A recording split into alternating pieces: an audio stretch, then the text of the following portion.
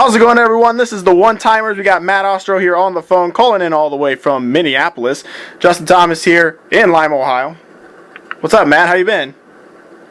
I'm doing well. Excited for soccer to start. I mean, 4 years feels like an eternity. I feel like I still hadn't got to puberty the last time the World Cup happened. Yeah. So I'm excited for meaningful soccer to happen, and it's going to be definitely an exciting tournament. I'm excited too. I mean, I've been watching all the qualifiers last year, just getting all geared up. I mean, you and I both, we were both watching USA on the qualifiers, the Hex and everything like that. I'm excited for this year. Absolutely. I think there's a lot of new teams that are coming up. There's definitely a lot of young talent, and then there's also always the old guards. There's some teams that just always are good. They'll always be there. So it's definitely kind of a wide open tournament. I think too many people are kind of just writing Brazil in my opinion. I mean, we'll get to that later, but I think it's definitely more of a wide open World Cup than I think most people think.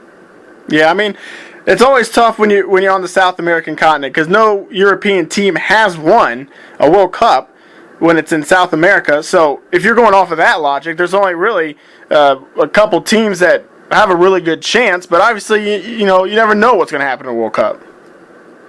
Absolutely. I think another thing I think that going into is pretty interesting is Spain has been pretty dominant with everything they've been doing in the international level with the World Cup, and I believe they won the Euro just now, if I'm not mistaken. Yep. 2012 as well. And I don't know if a team has ever won the World Cup, the Euros, then the World Cup again. That'd be pretty. I don't know if there's a word for it. It'd be so new. Yeah, I think Spain was the first team to ever win 3 majors back-to-back. Now, that was the Euro in 08, the World Cup in 10, and then the Euro again in 12. France came really close because what World Cup was that? The 98 World Cup? I think the 98 World Cup, was at it when it was in France. They beat Brazil 3-0 to win the Cup, and then they won I believe it was the next Euro, the 2000 Euro. They came close. They didn't quite get all 3. But, yeah, Spain is the first team to win 3 majors. Obviously, I don't know if it's necessarily biased or anything, but obviously Europe has the most competition. So that is a very exclusive stage. Nothing to take away from, the other association cups, the African Cup of Nations, the Asian Cup, Gold Cup, the Copa America. But obviously, with just how good the talent pool is in Europe, to win 2 consecutive Euros and a World Cup in between that's pretty impressive.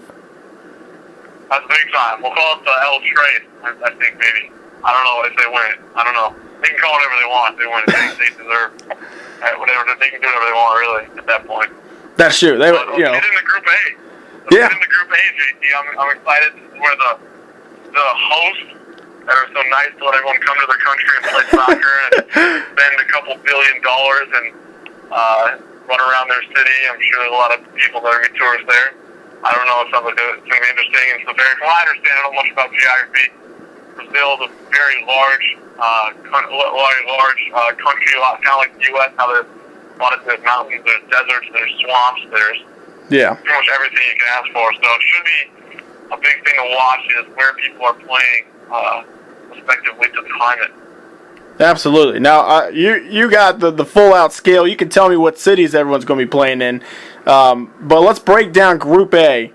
Obviously, like you said, the host Brazil. We got a very strong European team in there, Croatia. Mexico, obviously, El Tri kind of drugged into the World Cup by the United States with the goals by Zusi and Johansson to bring them in to beat Panama. Yeah, but they did smoke New Zealand in the Intercontinental Playoff, and then a very good squad from Africa, the Cameroon, I believe the Golden Lions. I was cheering for New Zealand there, JT. My old community's there. We had some old battles in FIFA with Ryan Nelson. Unfortunately, if he was on the team, if I would have won, that's beside the point. Anyway, as far as the hosts are concerned, I think it's pretty much, unless the bus doesn't run and they can't get to the field, I think there's no way Brazil doesn't win the group. Yeah. Obviously there's some competition there, but the things Brazil obviously they're always dynamic. You got the amazing that amazing passing. I don't know if you caught the highlights earlier today, but they put on somewhat of a clinic today against Panama. I think it was 4-0. Yeah. Neymar showed why he has all the height and is supposed to be the next guy in line to be the best player. He had an amazing back heel assist to the guy with the superhero name Hulk, and then he had a Beckham-like free kick. So they definitely have a lot of talent and dynamics. So I should be interested to see what they can do. Yeah. Moving forward.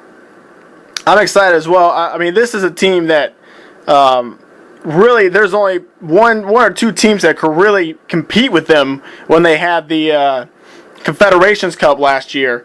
We'll get to those teams a little bit later, but I mean, Brazil was just absolutely fantastic.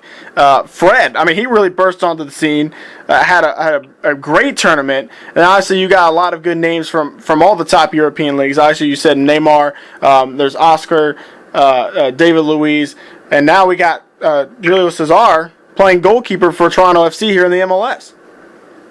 The things that, I mean, obviously this time because I'm getting nitpicky, the things that worry me with Brazil a little bit is I think sometimes Brazil, they have problems winning the games that are maybe physical or maybe their 1-2 passes in the close areas aren't quite clicking. So the thing I worry about Brazil is if they run into a team, I mean, theoretically a team like a Greece or a Bosnia Herzegovina that wants to play guys behind the ball and they get frustrated, it could be a problem. The other big issue, I think, is the inexperience with some of the big players, Neymar's 22. And then the last thing that would worry me with Brazil picking them to win the whole thing is the two back guys, two center backs, I believe, David Luiz and Dante are pretty clumsy guys. They're big, strong, very obviously talented guys. But I mean, I could see one of them, especially Dante, getting a red card in one of those games, really costing him in a knockout stage. That's getting nitpicky a little far myself, but those are the weaknesses that I see with Brazil. Yeah, I mean, I can agree with you on that. Obviously, in the World Cup, last World Cup, 2010, Brazil did hit that. They had a very physical team in the Dutch, and also I think it was Mekan got a red card. So that really kind of changed the game in a sense. They were frustrated. I mean, the Netherlands is a very physical team, and really put them out of their element. Ended up winning that game 2-1, and obviously the Dutch finished runner-up in that World Cup. Also, I think there's a lot of pressure on these guys. You know, you said there's a lot of guys that are very young. I mean, I feel like these guys can compete at the greatest stage in the world, but what could get under them a little bit is if, you know, that those games start to get kind of frustrating, you know, especially when you get to the knockout stages and you know that you're on home soil, you're on home turf, and you got all your fans who have so much expectations, because really, not to say they haven't done anything, but really they haven't had that success after that 2002 World Cup when they beat Germany. They kind of, they didn't fall off the map, but they just weren't Brazil in a sense. Absolutely. I think there's definitely pressure in Brazil besides winning. You got to get those goals that you'll see in those Nike commercials with Eric Cantona. They don't just want you to win; they want you to win and definitely make it beautiful as well. Absolutely. Now, I'm thinking you and I both agree that Brazil's going to win the group.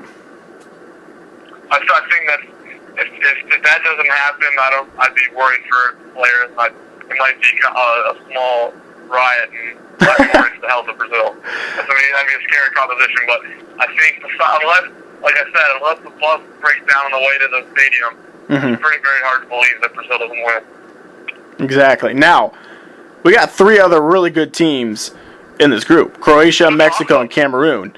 I mean, also, if you ask me, I don't know. If you go any way, I think so too. I'll tell you what I'm thinking. I think Mexico is going to be the second team out of that group, because even though they lost that last game to, I believe it was against Costa Rica that they lost, but then they made it through still because of USA beating Panama.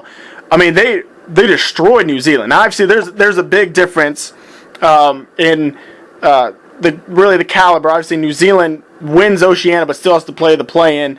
But Mexico absolutely destroyed them, and then they've just looked fantastic, really, in my opinion, the last several games, and really kind of without some of their stars. Dos Santos, I mean, Chicharito's has been struggling, but yet Mexico really kind of, after what they went through three coaches, I think, in the Hex.